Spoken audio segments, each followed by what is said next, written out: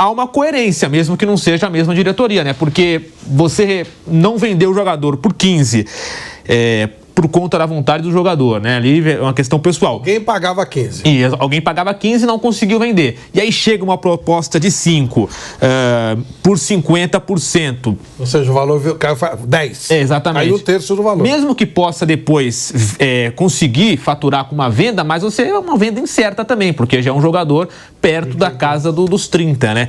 O que você pensa sobre isso, Flávio Prado? Eu penso que, primeiro, me surpreende esse jogador estar no mercado. É claro que o Cruzeiro pode ter colocado ele no mercado, não necessariamente o Flamengo. Mas me surpreende, porque eu acho que é um jogador de um nível muito alto. Segundo, o Flamengo tem planejamento para colocar alguém no lugar dele? Porque tem que ver o que você vai fazer.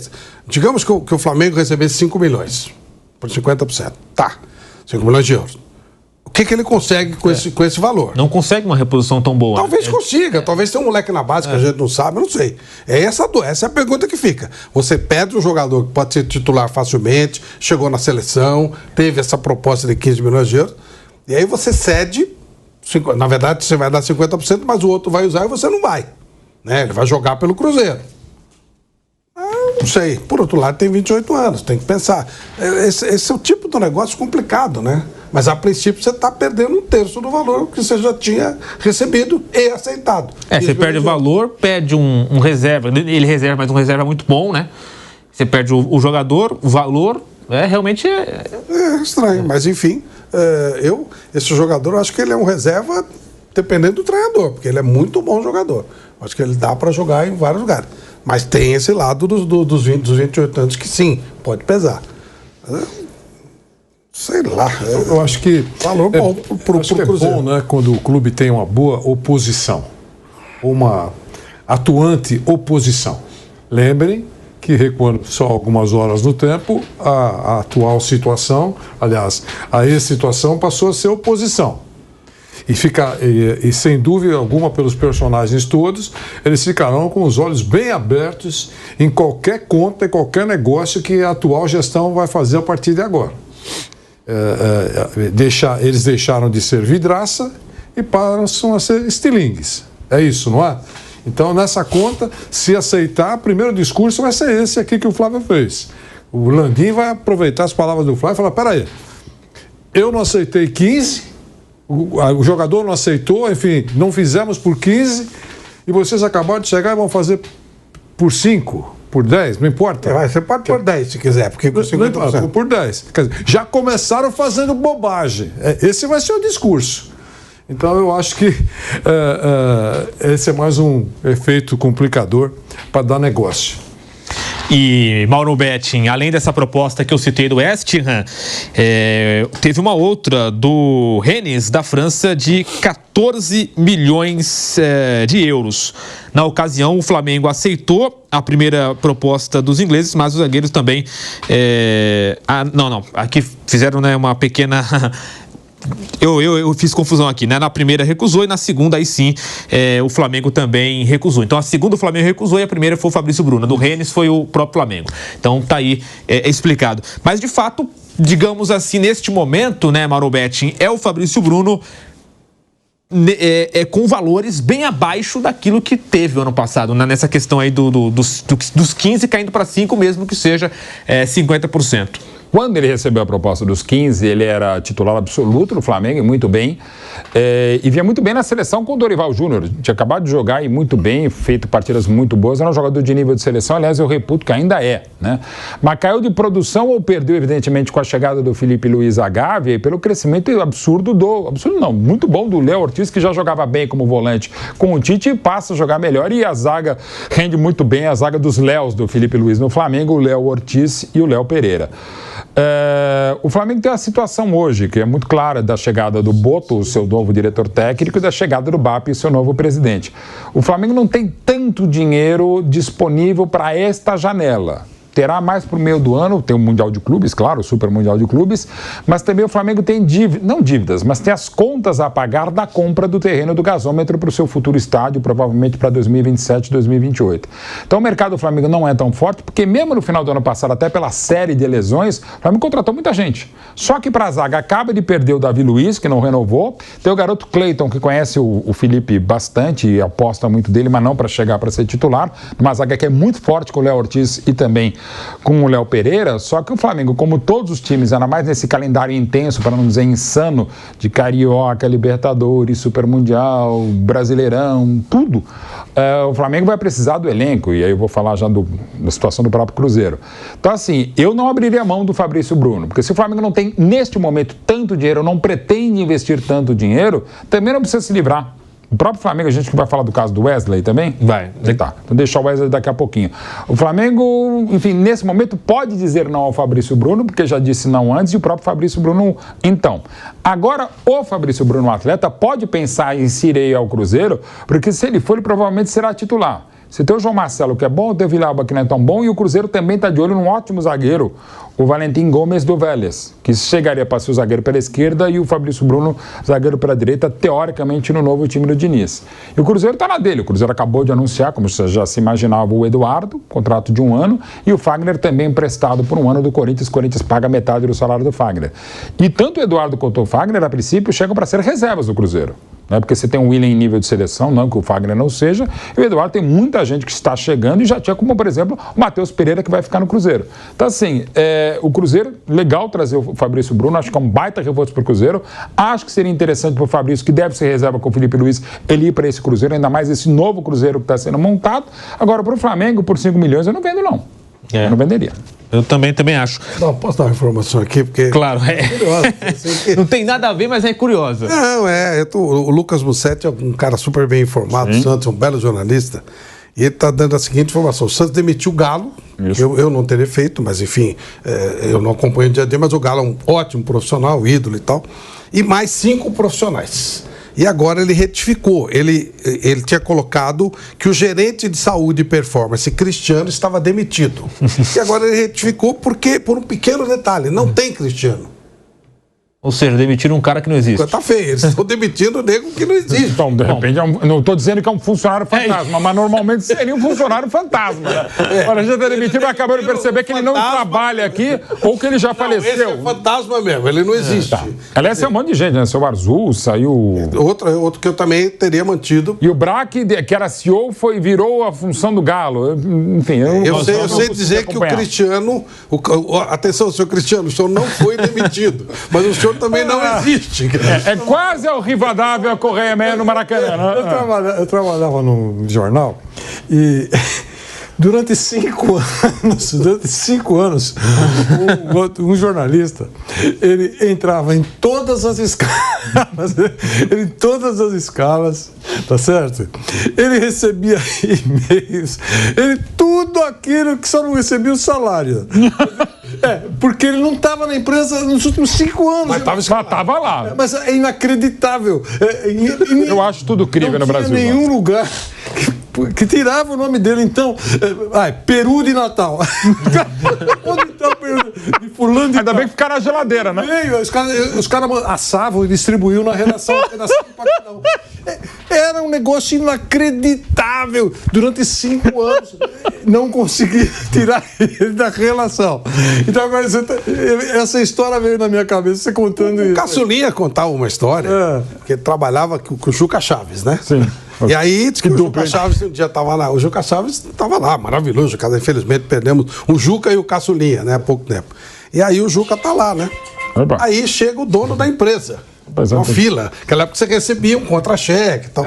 Aí o cara olha e ele fala: ô, Juca, tudo bem? Como é que tá? Tudo bem. Tá fazendo o quê aqui? Tá na fila para receber. Aí você... Eu te demiti faz 3 anos. Ninguém me avisou. Você tá recebendo há 3 anos. Pô. Agora você tá escalado, agora você vai trabalhar. Já que tá aqui mesmo, né? Então vamos trabalhar. 3 anos, cara. 3 anos. Mas nem eu teria feito uma dessas. Ele está do Caçulinha, não sei se é verdade, mas deve ser. O Caçulinha era um gozador.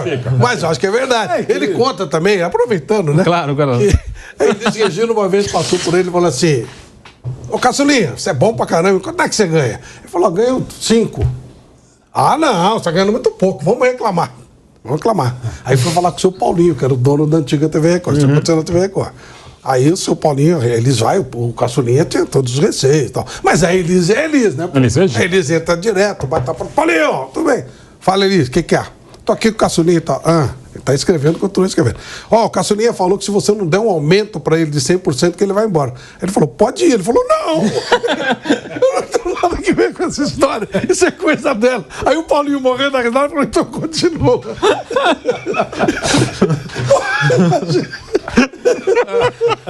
É muito louco. É incrível. Vamos seguir então aqui a nossa conversa, né, para fechar esse assunto do Fabrício Bruno, né?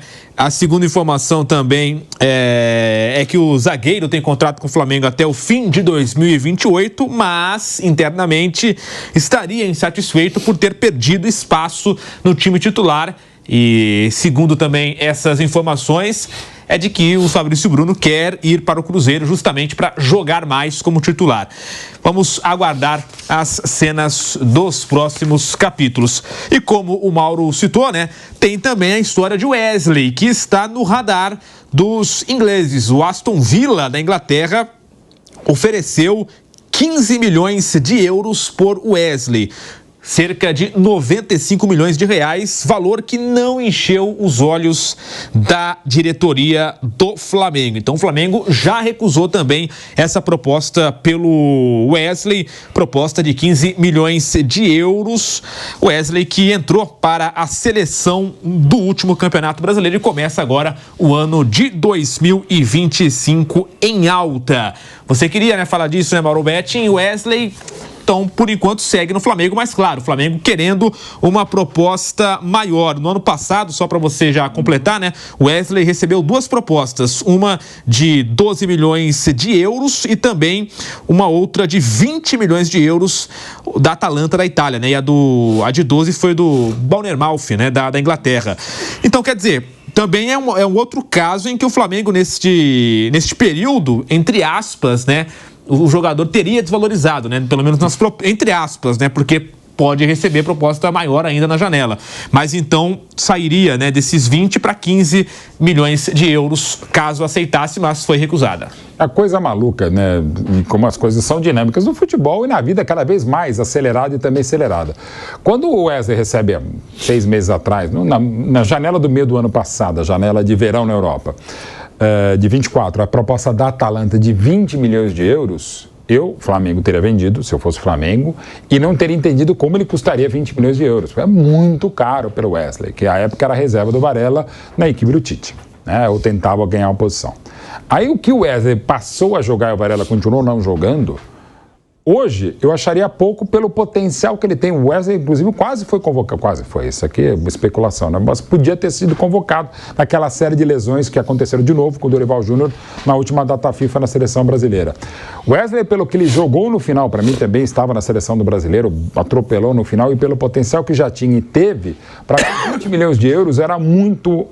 há uns 6 meses. Agora, se viesse essa mesma proposta da Atalanta, eu não faria negócio. Eu acho que dá para tentar alguma coisa, e até porque essa posição é extremamente carente no Flamengo, no futebol carioca, no futebol brasileiro, sul-americano e mundial.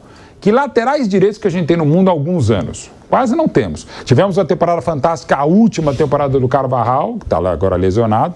A gente teve boas temporadas do Alexander-Arnold, que está voltando a jogar muito nesse momento espetacular do Liverpool. O Real Madrid vai para cima dele. E o Real Madrid está indo para cima dele, mas o Liverpool não faz negócio, porque ele tem um contrato, a partir do dia 1º de janeiro, ele já pode assinar um pré-contrato, porque termina o contrato do Alexander-Arnold, dele, do Salah e do Van Dijk no meio do ano agora.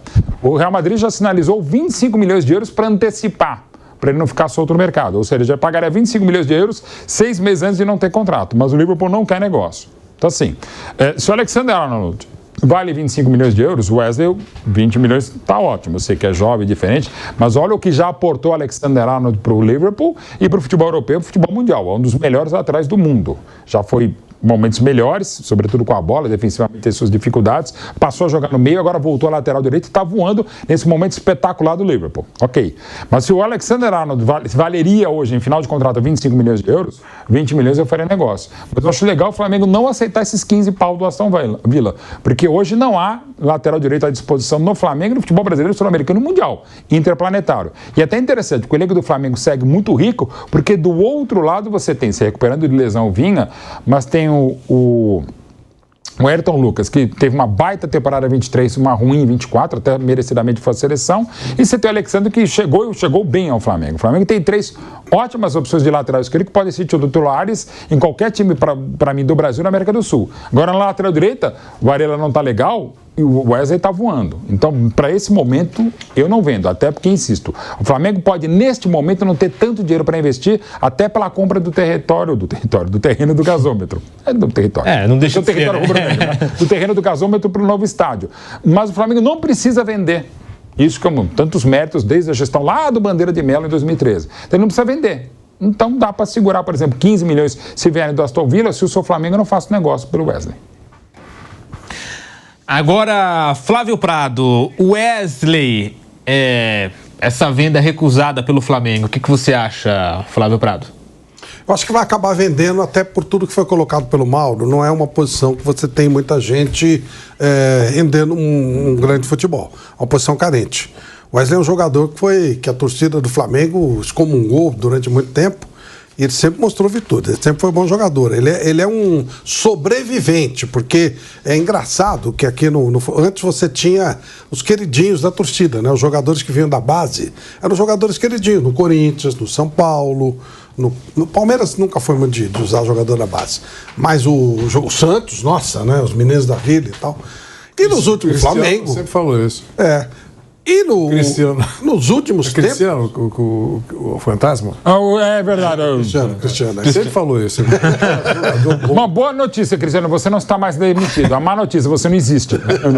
Então, Guilherme, nos últimos anos, com essa história de se trazer jogadores retornados à Europa, esses meninos da base, eles estão sendo submetidos a algum tipo de pressão, assim, totalmente desproporcional.